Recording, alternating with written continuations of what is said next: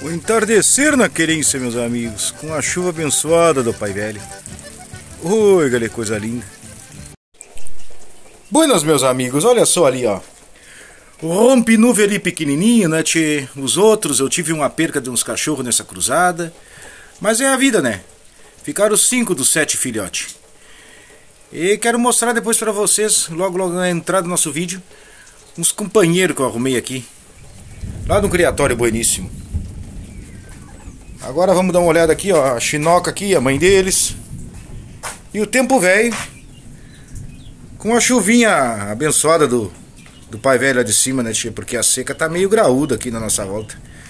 Daqui a pouquinho servimos ali pro nosso vídeo. Conto com vocês. Buenas, meus amigos do nosso canal. Estamos de volta aqui, né, che? Depois de não ter colocado o vídeo no final de semana, mas aí eu avisei vocês, né? Aí mostrando os cusquinhos que estão ali no costado. Infelizmente o patrão velho requisitou alguns deles lá pra cima, né? Pra Estância Grande. Vamos dar continuidade aqui, né, meus amigos, a esta série especial sobre os generais revolucionários de 23, né? É claro, pedindo pra ti aí do outro lado, sempre tu dar o teu like, tu te inscrever, tu compartilhar, tu comentar sobre os temas que são abordados aqui, porque esses temas não são só da nossa história do Rio Grande do Sul, são temas da nossa Latinoamérica. Mas como esse ano faz 100 anos de rememoração da Revolta de 23, eu estou fazendo essa série especial. E logo no próximo vídeo vamos falar sobre Estácio Azambuja. Ou talvez vamos colocar aqui no nosso canal um vídeo de entrevista. Vamos ver como é que as coisas vão se ajeitar. Bueno, antes de mais nada, vai meu baita abraço aí que eu esqueci de falar. Faz um tempinho para uns amigos meus ali do Cristal, da Cidade Velha, de Cristal, que foram meus alunos, do Alô Capinhas, uma loja onde é que eles me arrumam de vez em quando o telefone e tudo mais. E esse pessoal, eles têm uma relação bastante íntima, pois eu tenho vídeos aqui gravados da ancestral dessa família, que era a tia Ibraína, a dona Ina, como era conhecida, né? Uma famosa benzedora da nossa região aqui, que o patrão velho já levou ela lá para cima também. E ela foi criada com o Manuel Dias, que foi um dos revolucionários de 23 e lutou ao lado de Zeca Neto na nossa região. Bueno, meu baita abraço a eles, vocês estão me assistindo aqui, e vamos tocar o facão no toco, né? E hoje nós vamos falar sobre Felipe Neri Portinho, General Felipe Portinho, que aqui está, claro, no nosso livro, né, Chico? A pessoa que logo depois vocês vão ver essa foto aqui, ela aparecendo num dos cantos aqui do vídeo, né? Vamos ter também imagens dele aqui no nosso álbum dos bandoleiros, né? Que é meu livro de cabeceira para fazer essa série especial. E o que foi pesquisado e encontrado sobre Felipe Portinho? O principal fato é vocês conhecerem ele. Conhecerem assim como conheceram um pouco do caudilho pobre, caudilho a pé, que foi o Leonel Maria Rocha. Conhecerão quem foi Estácio Azambuja, vão conhecer um pouco dos feitos de Zeca Neto, pois eu já tenho alguns vídeos dele aqui. Zeca Neto, que é da região, então tem acesso fácil a vários documentos dele. Conhecerão também Honório Lemos, que é um cara bastante pesquisado na região da fronteira, pois fazendo uma recapitulação lá da década de 20, que faz 100 anos da nossa revolta.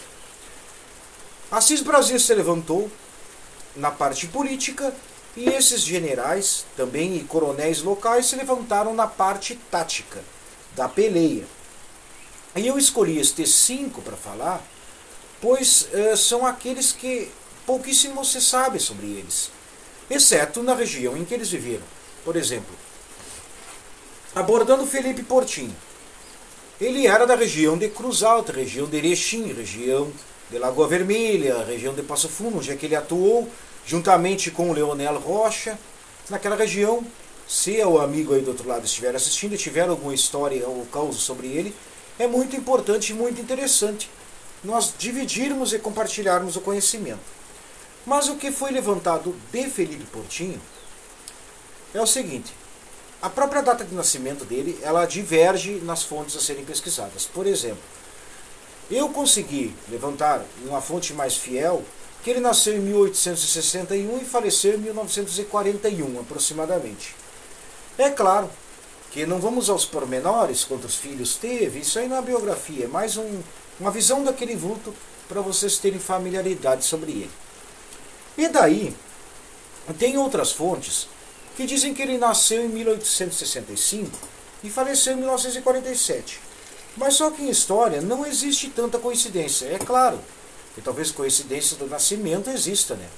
Mas seria a mesma data e mesma época de nascimento e falecimento que aconteceu com Leonel Rocha, que nasceu em 65 do século XIX e faleceu em 47 do século XX.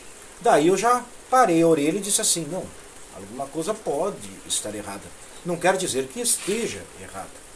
Aí eu uso a data de nascimento dele através de um site de genealogia, de famílias, e ali foi encontrada a data de nascimento dele. E também os seus pais. Vou assim fazer um resumo breve. Ele nasceu na cidade, ou na região que era Cruz Alta na época, do século XIX. Daí ele era filho do Barão de Cruz Alta, que era José Gomes Portinho, se não me engano. Até me ratifiquem, ou então me corrijam se eu estiver errado. Ratificar é uma palavra meio complicada em se dizer, mas não é ratificar, é corrigir mesmo, né, Chico? A gente está aqui para prosear com vocês. E daí, ele viveu muito de sua vida na região da divisa de Santa Catarina com o Rio Grande do Sul. Basta que quando estourou a revolta em janeiro de 23, todo mês de fevereiro de 23, ele recolheu soldados e companheiros das suas causas, que eram aqueles capitães, aqueles capitão. Os capitães eram também coronéis partidários dele, que chegavam com 50, com 100 homens, com 20, com 30 homens piquetes, e formavam a grande coluna revolucionária. E no dia 12 de março de 1923, ele entra no estado do Rio Grande do Sul e ataca a cidade de Erechim, a recém-fundada cidade de Erechim, que foi fundada em 1918 por Borges de Medeiros. Na invasão de Erechim e na dominação da cidade, ele libertou os presos da cadeia e prendeu os guardas na cadeia e ficou acampado na cidade por cerca de um mês. Quando ele saiu da cidade, por abril de 23, ele deixou ali um interventor, mas que era do partido, digamos, contrário ao Borges de Medeiros, mas pelos documentos dizem que esse interventor agradou a ambos os lados. Só não agradou ao Borges, que era um índio velho muito faca na bota, e mandou o cara que perseguiu ele por toda a revolta, que foi o Firmino Paim Filho, e esse aí já eu conto para vocês uma historinha dele, libertar, digamos, Erechim das mãos dos revoltosos. Daí foi liberta Erechim lá em junho ou julho de 23. Mas, bueno, quem é que foi também Firmino Paim Filho? Ele foi o primeiro presidente do Banco do Estado do Rio Grande do Sul, do Banrisul. Em 28, quando foi fundado o Banrisul, como ele era parceria lá do Getúlio Vargas, que tinha sido recém-eleito no Estado como presidente, daí ele foi colocado como presidente também do Banrisul. Bueno, ele era legalista. E também, essa crise de fundação do Banrisul, melhor, essa crise financeira no século XX, na década de 20 do século XX, é um dos pontos interessantes que levaram à revolta de 23. Pois, como já foi abordado aqui em vídeos que eu fiz, e vou deixar os cards também para vocês relembrarem esse assunto. Bueno, vamos então aos movimentos de Felipe Portinho. Os movimentos dele, eles se apegaram na região norte do estado. Mais um pouco no noroeste do estado, no oeste do estado, foi a região onde que Leonel Rocha atuou.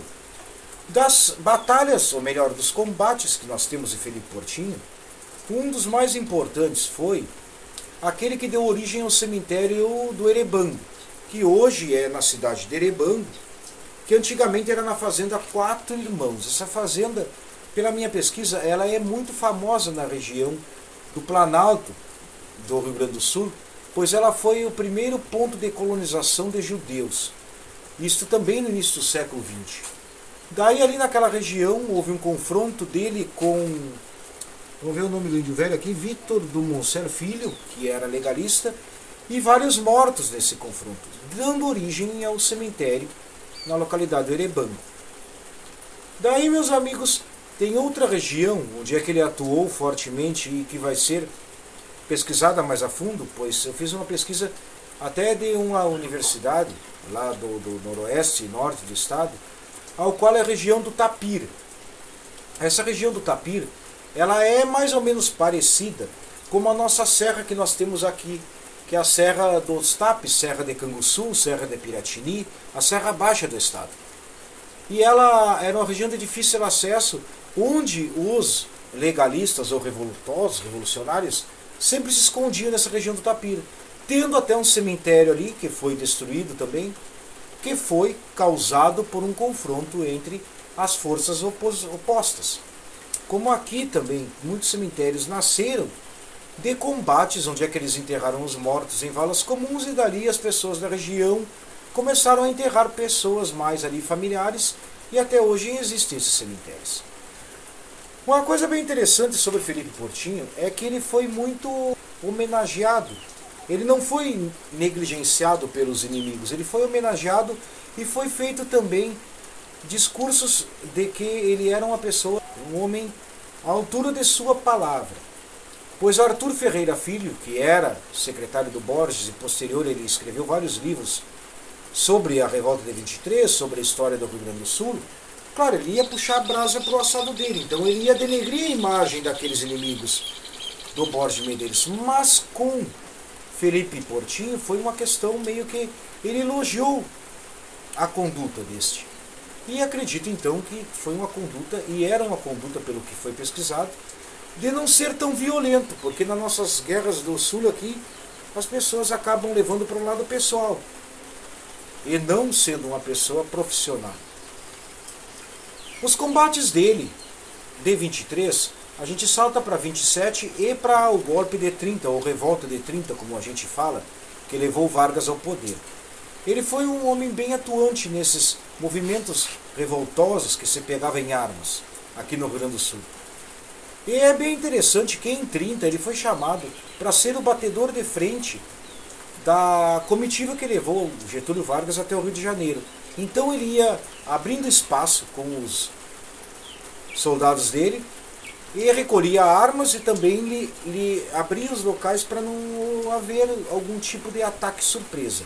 Num desses combates em Marcelino Ramos ele prendeu o famoso general Rondon, que era o Marechal Rondon, que abriu todo o norte do país. Ele prendeu e virou amigo do general Rondon. Assim como ele era amigo de Salvador Pinheiro Machado, um daqueles coronéis de 1893 que era a faca na bota. E fazia parte da temida Divisão Norte, que eu também vou abordar aqui sobre essa Divisão Norte, que era a Divisão da Morte, que rima com o Norte. Bueno, meus amigos, Felipe Portinho, ao final de sua vida, no golpe de 37 do Estado Novo, que o Vargas deu um golpe dentro do golpe atrás do golpe, né, tio? Ele era amigo de Flores da Cunha, era partidário, e acabou ficando contra Getúlio Vargas, porque Vargas tirou Flores da Cunha daqui do Estado como presidente, como interventor. E daí ele unificou todas as regiões do Brasil. Que em história do Brasil a gente vê com muito mais facilidade isso. Bueno, acredito que não há mais nada a falar. Logo a mais a gente vai ter retrospectos sobre esses generais. Mas o interessante foi, só para fechar, que ele invadiu o Rio Grande do Sul com 800 homens e tomou a cidade de Erechim, dando também início à continuidade da revolta de 23. Meu baita abraço a vocês, meus amigos, meu muito obrigado. Se alguém tiver mais alguma notícia ou história sobre Felipe Neri Portinho, divida conosco que vai ser de grande valia para nós. E vamos que vamos até o nosso próximo vídeo, com as figuras da revolta de 23. Fiquem com Deus ou fiquem com a luz. Grande abraço a todos.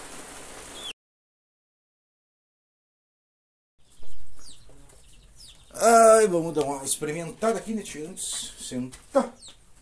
Ajeitar os quartos. Os quartos de banho.